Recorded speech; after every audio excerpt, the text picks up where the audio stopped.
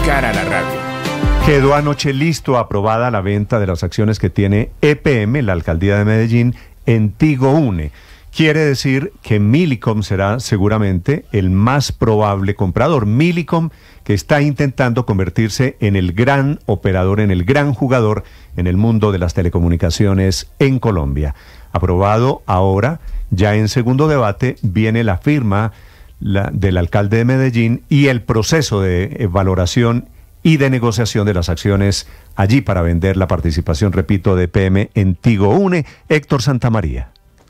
Néstor, después de más de 10 horas de debate, los concejales de Medellín tomaron la decisión definitiva de aceptar el proyecto presentado por el alcalde Federico Gutiérrez para la venta de las acciones que tiene EPM en Tigo Une y que así los recursos potencialmente de una venta ingresen a las empresas públicas de Medellín. La votación al final tuvo 16 votos positivos y 5 negativos, correspondientes a los concejales Juan Carlos Upegui, José Luis Marín, Farley Macía, Juan Ramón Jiménez y Brisbani Arenas. Luego de esta votación con que el proyecto de acuerdo 12 de 2024 será trasladado para sanción del alcalde Federico Gutiérrez, se conocieron distintas reacciones de varios actores políticos de la capital de Antioquia, como por ejemplo el del concejal de Creemos, Alejandro de Bedú. Eso es muy importante porque es que EPM lleva secuestrado más de 10 años en todo este tema con Tigo Une y llegó el momento de recuperar los recursos que tenemos, no solo de EPM, sino que lo podamos invertir en temas sociales. Por su parte, el concejal Santiago Perdomo insistió que la masiva votación a favor de vender las acciones de Tigo Une solo tiene un objetivo y es salvar a EPM, que en la anterior administración la dejaron con varias pérdidas. Porque hoy no estamos votando por UNE, estamos votando por salvar a EPM, estamos votando por cuidar el patrimonio. Nada más UNE le ha representado pérdidas de más de $1 billón a EPM y hoy tenemos que empezar a recuperarla financieramente. Sin embargo, a pesar de las buenas sensaciones, Néstor, en la mayoría del recinto las inquietudes seguían latentes en el ambiente y las dudas sobre una supuesta privatización de UNE, que fue uno de los temas de debate hasta último momento. Incluso, luego de la decisión, el concejal Juan Carlos Upegui del Movimiento Independientes pidió especial atención en lo que harán con los recursos. Tal como lo habíamos advertido, lo hicieron sin tener en cuenta una valoración de las acciones, dejando en el aire a los trabajadores y sus familias, y sobre todo con un debate a la carrera, de afán y de espaldas a la ciudadanía. Le pido a Medellín que esté muy vigilante de cuál es el destino de estos recursos, porque con la venta de Isagen convirtieron estos recursos en plata de bolsillo y en esto esa no lo misma podemos permitir. se pronunció Néstor en su cuenta de X el exalcalde Daniel Quintero, a quien el Consejo, recordemos, le negó en 5 oportunidades esa opción y quien advierte que va a ser privatizada, pero sin embargo, luego de los 16 votos positivos del Consejo, pues le dan ahora el poder a la Junta Directiva de EPM. También hay grandes inquietudes sobre el futuro de los cientos de trabajadores de Tigo Une, que siempre manifestaron su preocupación por el futuro que les deparará esta venta de acciones. Ante estos rumores, quien salió al paso de una vez fue el gerente de EPM, John Maya, y aclaró que es un proceso que no va a ser rápido y que se demorará entre 1 año y medio y 2 años. Gracias, Héctor. 6:53 a.m. Daniel Quintero criticando lo que él quería hacer cuando era alcalde de Medellín. A él le negaron varias veces esto que pasó anoche en el Consejo, que fue la venta, ahora le dicen la enajenación. John Maya es el gerente de EPM en Medellín. Doctor Maya, buenos días.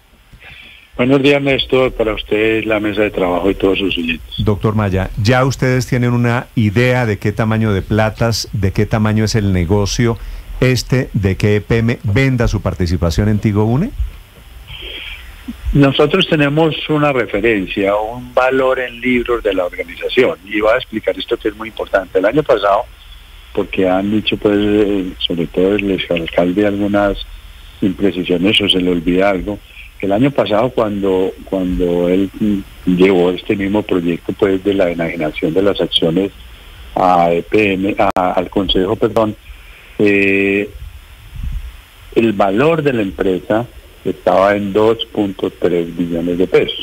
Sí. A finales del año pasado, en el 2023, hubo un deterioro de la empresa por varios factores que su valoración fue en un billón de pesos. Entonces, de esos 2.3 billones que tenía la valoración de la empresa, menos este billón quedó en 1.3 billones de pesos. ¿Y por qué cayó la valoración 1 billón de pesos? No, pues más del 50% parece. Más del 50%, casi el 50%, por muchos factores que se presentaron, el costo del capital, salían de la pandemia, un plan de negocios que no se estaba cumpliendo, una serie de razones en que el auditor que lleva pues todas las cuentas, llamémoslo así, de la empresa y la valoración de la empresa, dice, hombre, aquí hay unas condiciones que hacen que ese valor de la empresa en este momento no es lo que está en libre, usted tiene que deteriorar.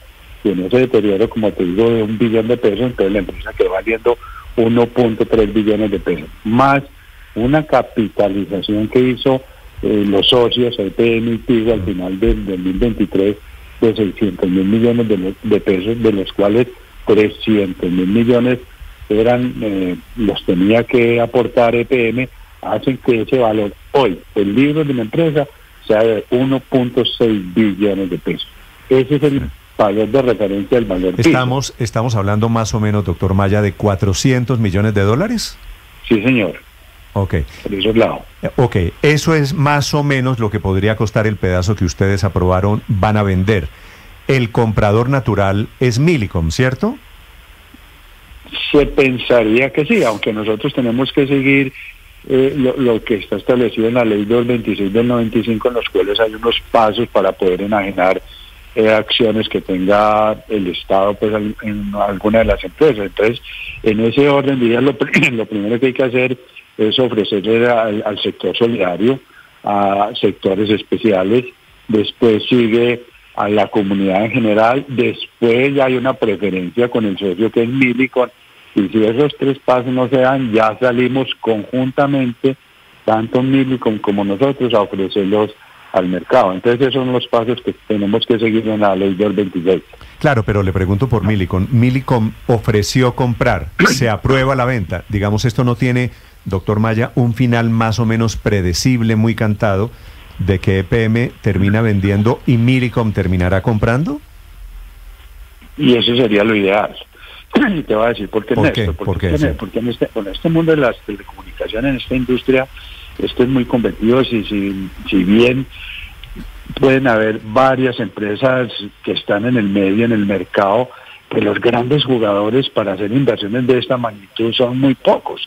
Y entonces si Millicom, que es un gran jugador a nivel mundial, tiene apetito por comprar esas acciones, y como ustedes lo planteaban al inicio, pues puede hacer competencia al otro jugador que hay en Colombia, que es muy fuerte, pues la acción, y lo va a plantear así desde ese punto de vista, también tendería a que subiéramos de ese precio piso que tenemos, porque hay unas expectativas favorables, llamémoslo así, para este socio, que si compra esas acciones ya puede estar en el mercado haciéndole competencia al otro jugador. Entonces sería algo hoy, desde la mirada nuestra, muy favorable que Tigo haya hecho esos crecimientos ya a nivel mundial como Bienestar, pero que en Colombia también esté interesado en comprar esas acciones. Claro, gerente, en esta discusión fue clave saber qué va a hacer EPM y la alcaldía de Medellín con la plata de la venta de estas acciones, que esa fue la discusión incluso en la alcaldía anterior. ¿Usted como gerente de EPM y la junta directiva ya definieron cuando vendan las acciones qué va a hacer EPM con la plata? Sí, ya lo tenemos definido, y eso fue una de las diferencias y casi que el elemento definitivo para que un Consejo de Medellín tomara la decisión de aprobar esa enajenación. ¿Por qué? Porque cuando se hizo en la administración anterior, pues lo que ellos plantean es que esa plata no se sabía para dónde iba.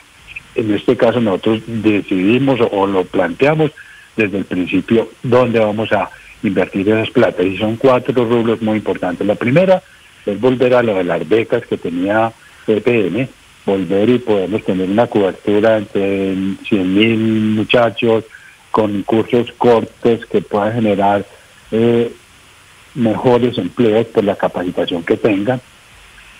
El otro punto que es muy importante es la valorización de residuos sólidos. Nosotros hoy tenemos un problema muy delicado en nuestro relleno sanitario, La Pradera, en los cuales se han presentado emergencias sanitarias porque hemos tenido dificultades, pero afortunadamente trabajos que se tenían que haber hecho desde hace 2 o 3 años no se hicieron, y nos tocó hoy afrontar esa situación. Entonces, parte de esos recursos es para definir, lo que ya está definido por EPM, la tecnología para ese aprovechamiento y esa valorización de residuos sólidos, en términos también de una economía circular que nos da posibilidades con este, y lo voy a plantear así entre comillas, negocio, ser mucho mejor que lo que tenemos hoy con telecomunicaciones. El otro rubro que tenemos importante es un fondo para innovación, ciencia y tecnología. Nosotros aquí como EPM también tenemos experiencias en un manejo de este tipo de fondos, en los cuales ya migramos del fondo 1 al fondo 2, y de ese fondo 1, del fondo 1 ya salieron más de 3, 4 empresas muy fuertes. Una de ellas, ERCO, llamémoslo así, con nombre propio, muy fuerte en paneles solares de techos y de comunidades energéticas. Nosotros esa valorización que pusimos un capital de 130.000 millones de pesos para el fondo 1, la valorización ya cuando le liquidamos en estos días era en 230.000 millones de pesos. Duplicamos esa semilla, esa plata que inicialmente habíamos aportado, y vamos ya para fondo 2 con un aporte de 250.000 millones de pesos. Entonces esos recursos ya están destinados, ya sabemos para lo que lo vamos a hacer. Otro que es muy importante es la conectividad. Nosotros como EPM tenemos una red muy fuerte en fibra óptica que va a nuestras subestaciones, que va a los municipios.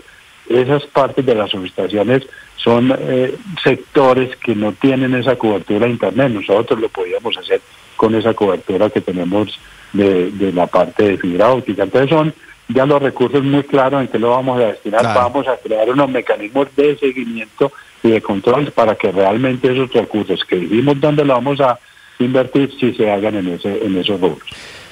Pero doctor Maya, dice usted que hoy, a valor en libros, que es un tema pues contable, la participación que tiene EPM en Tigo es de más o menos unos 400 millones de dólares. Y esa cifra coincide exactamente con los 400 millones de dólares que estaría destinando Millicom para comprar la parte que ustedes tienen en Tigo. Hace unas semanas anunció que quería quedarse con el 100% de Tigo y otra plata para comprarse a Movistar. ¿Ustedes se sentirían cómodos vendiendo su parte en eso, en 400 millones de dólares, o tendrían que hacer una valoración adicional, no sé, por una prima, no sé, un valor agregado que a ustedes les permita obtener un poco más de esos 400 millones de dólares, o el negocio se va a cerrar en eso? No, el negocio, nosotros tenemos una referencia, y la referencia es, nosotros no vendemos por menos de eso porque tendríamos un detrimento patrimonial.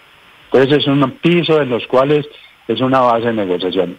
Sigue que la valoración de una banca de inversión, de alguien que sepa cómo es una valoración de la empresa, cuáles son el entorno, qué es lo que se está viviendo, y de ahí ellos nos dan un rango de referencia. Hombre, la acción puede estar entre esto y esto. Aquí ya una junta directiva de EPM decide, hombre, yo vendo por esto. Entonces, no es que ya estamos a rajatabla de 400 millones de dólares, no, sigue la valoración y la tendencia, y lo que nosotros esperamos que tenga un mayor valor, doctor Maya, ese piso que tenemos. Sí, señor. Sí, lo hemos escuchado en detalle, pero fíjese que hay voces que no son quinteristas, pero que sí generan o tienen inquietudes sobre este proceso. Por ejemplo, la voz del representante a la Cámara, Daniel Carvalho, plantea que con estos 400 millones de dólares ustedes o se va a financiar formación de 100.000 personas en trabajos bien remunerados, inversión en emprendimientos, creación de una planta de tratamientos de basuras y mejora de internet en colegios y canchas. Y él dice que el único punto que es del core del negocio de EPM es el tercero, la creación de una planta de tratamientos de basuras, teniendo además EPM retos muy grandes con Afinia, con el mantenimiento de la infraestructura que usted ya nos menciona, con la deuda, con la transición energética. ¿Tiene razón el representante Carvalho? No, y le voy a decir por qué. Nosotros entonces traeríamos esos recursos que nos da la enajenación de las acciones para tapar huecos, y nosotros no queremos eso. Nosotros queremos que con esa plata le quede algo a la ciudad, que realmente sea significativo para Medellín. Y qué más que la educación, qué más que esos fondos de emprendimiento para estos muchachos que pueden tener esas empresas. Ya le tengo 3 o 4 ejemplos que son significativos. Qué más que hoy de esa valorización de recursos en esa economía circular. Y le voy a decir un ejemplo muy simple en esa economía circular. Yo con esa valoración de recursos puedo generar metano, gases, con eso puedo generar energía, y con esa energía que es verde puedo generar o producir hidrógeno. Y si yo, por ejemplo, en el 2030 exporto el 0.07 de lo que necesita el mundo en hidrógeno en el 2030, con esa sola exportación del 0.7, nosotros triplicamos los ingresos que hoy tiene EPM. Entonces es un negocio que es a largo plazo, obviamente, ni tan a largo plazo, estamos en un horizonte de 6 años, y que con esos recursos le dejamos a la ciudad algo y a EPM que sí realmente sea mucho más, genere mucho más ingresos y genere mucho más valor. Sí. Ahora, doctor Maya, tengo el siguiente temor. No será, y se lo digo con respeto, que ustedes están haciendo las cuentas esas famosas de la lechera, que están creyendo que van a recibir una cantidad de plata que está lejos. Me informan aquí técnicos que la valoración de patrimonial es de apenas 240 mil millones de pesos, mucho menos de lo que usted me está diciendo. Es decir, estos son mal contados 60 millones de dólares. No, ese es el último año. Y de hecho, uno de los argumentos que nosotros teníamos, el valor patrimonial estaba en 350 mil millones de pesos y bajó a 238 de diciembre del 23 a junio del 2024. La empresa Tigo, que fue una de las razones también porque decimos nosotros no podemos seguir ahí, bajó 122 mil millones de pesos. Entonces una cosa es el valor en libros, lo que yo pueda vender, y otra cosa es el valor patrimonial que pueda tener y que haya rebajado. Entonces en ese sentido nosotros, si eso no se da, si ese piso no se da, el valor que tenemos de la empresa, pues no vendemos. Okay. No vendemos y seguimos con la empresa, con el riesgo de seguir capitalizando, por la cual tomamos una decisión que esa inversión hoy no es la adecuada para EPM. Ya será el mercado el que define efectivamente cuánto cuesta esa parte. Sí, gerente, pero le quiero preguntar, en el mundo de los negocios y en el mundo empresarial, cuando se desinvierte en un activo, se coge esa plata para invertir en otro activo, y aquí permítame enlazarlo con la pregunta de Ricardo Ospina. ¿Por qué usted habla como el primer rubro para invertir con esa plata las becas a los 100.000 muchachos? ¿Qué tiene que ver lo uno con lo otro? ¿Y por qué, una vez más, desinvertir en un activo para invertir en algo que no tiene nada que ver para generarle valor a la compañía, en este caso Empresas Públicas de Medellín? Sí, y como lo planteaba, nosotros queremos que le quede algo a la ciudad que realmente sea valeroso, y nosotros que tenga valor. Nosotros no es directamente con EPM, sino a través de la fundación. Capitalizamos la fundación para manejar esas becas. EPM ya tuvo unas becas que fueron muy exitosas, y de hecho una de las cosas que más me pide la gente cuando salgo y hablo con los jóvenes, ¿por qué no vuelven a reactivar las becas? Porque hizo mucho beneficio y mucho bien a los muchachos. Entonces, en ese sentido, pues uno de los rubros es, que no es todo, es una parte de eso, es poder volver a revivir lo que son las becas que fueron muy exitosas y que generaron mucho bien para la gente y para los muchachos. Esa es una de las miradas. Pero como te digo, hay otros rubros de la valorización de recursos que nos generará muchos recursos. Lo de los emprendimientos también hemos tenido muy buenos réditos, como te digo, una valoración de 130 mil millones que nos tiene y liquidamos por 240 mil millones de pesos. Entonces son cosas que ya tenemos experiencia y conocimiento que son buenas, no solamente para EPM, sino para la ciudad. Vale. John Maya es el gerente de las Empresas Públicas de Medellín, esta mañana hablando sobre la aprobación. Finalmente, Medellín va a vender su participación en Tigo Une, que es la noticia, y va a ser seguramente uno de los negocios de este año en Colombia. 7-8 minutos, doctor Maya, le agradezco. Antes de que se despida, doctor Maya. Espere, doctor Maya, que aquí le quieren hacer una última pregunta. Perdóneme, le formulo una última pregunta, doctor Maya, sobre el proceso de elección del presidente de ISA, de Interconexión Eléctrica S.A. Jorge Carrillo. Jorge Carrillo fue elegido la semana pasada por parte de la Junta Directiva, pero ese nombramiento no ha sido dejado en firme. Están a la espera de la próxima Junta Directiva y están en un proceso de ofrecimiento de salario. ¿Cuáles son las preocupaciones de EPM sobre ese nombramiento? Mira, para ese o para cualquiera. El doctor Carrillo es una persona muy competente. Yo lo conocí en el Empalme, yo no lo conocía. Él es una persona muy competente. Las personas inteligentes que yo he conocido es ese señor. Es una persona que tuvo experiencia no solamente en la CRA, sino en Andesco, y fue gerente de EPM, que conocen los negocios y la transmisión, que es directamente como eso. Entonces, lo que nosotros decimos, para ese, para cualquiera, debe cumplir con estos requisitos, y uno de ellos es que no esté incurso en investigaciones y en ese tipo de cosas que desde el punto de vista de la ley anticorrupción en Estados Unidos, nosotros tenemos bonos internacionales, tienen que respetar con eso. Entonces, esa es solamente la pregunta que nosotros le hacemos a la Junta Directiva. Pero ¿cuáles son las dudas que hay desde EPM sobre Jorge Carrillo? Porque, perdón, ya tengo que colgar porque tengo aquí otra gente que me está esperando y me da mucha pena, pero ya tengo que colgar. Pero doctor Maya, déjeme solo preguntarle, ¿las dudas que ustedes tienen de Carrillo son por su procedencia política, porque es muy cercano a Quintero? No tiene nada que ver con eso, es con su desempeño. Hay unos testigos que dicen por el caso de Afinia, y ese tipo de cosas es la que nosotros estamos cuestionando, por lo menos preguntando.